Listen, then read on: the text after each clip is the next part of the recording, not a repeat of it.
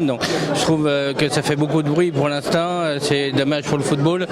C'est dommage pour l'image du football qu'il ne mérite pas. Maintenant, je ne juge pas parce que la présomption d'innocence existe. Et pour moi, tant qu'il y a tellement de choses, comme je soutiens le président d'Angers, le président Chavannes, qui lui a été nommé dans cette histoire-là alors qu'il n'aurait pas dû l'être. Donc c'est pour ça qu'il faut faire très très attention, être très prudent et surtout ne pas réagir tout de suite à chaud sur ces sujets-là. Oui, c'est pas, parce que, oui, c'est vrai que le football est en ligne de mire aujourd'hui. Moi, ce qui m'a choqué aussi, c'est de sortir ça le jour du match de l'équipe de France à Marseille. Donc voilà, est-ce que le foot est visé? Je ne sais pas, on verra bien. Mais pour moi, il n'y a pas lieu d'avoir d'inquiétude aujourd'hui. Il y a beaucoup de bruit, il faut laisser faire les choses et attendre vraiment que ça se confirme ou pas. Elle nous choque notamment parce qu'à partir du moment où on touche à la pureté du sport, on a tous plus ou moins des yeux d'enfant quand on parle du football.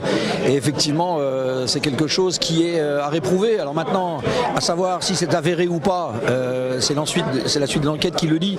Mais à partir du moment où c'est déjà dans la colonne des faits divers, c'est pas bon, quoi. Je dis simplement qu'à partir du moment où, encore une fois, on en est aux prémices de cette affaire, mais si ces faits effectivement étaient avérés, je crois que le président Thierry en a parlé, c'est sûr que c'est gravissime, parce qu'on touche vraiment à l'essence même de ce qu'est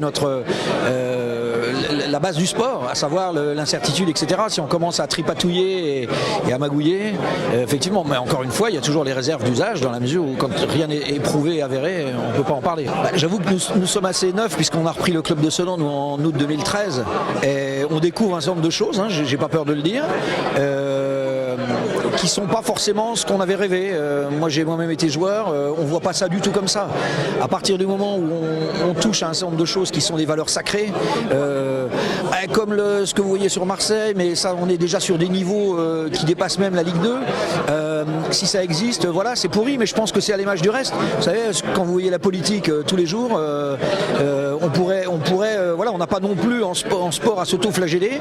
Quand vous voyez ce qui se passe au niveau précisément de la politique, c'est pas joli non plus. Donc en revanche, ramener l'aspect du sport au même niveau, ça me choque et ça me chagrine.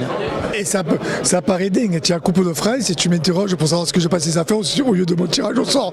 Donc ça dénote que ça intéresse tout le monde. Bien sûr, entre nous, on rigolait, on se comptait les présidents pour savoir qui c'est qui était en prison ou pas. Mais ça, c'est pour plaisanter qu'on le faisait. À l'appel du président, c'était pas, je dis, où il est lui? Ah, c'est une plaisanterie.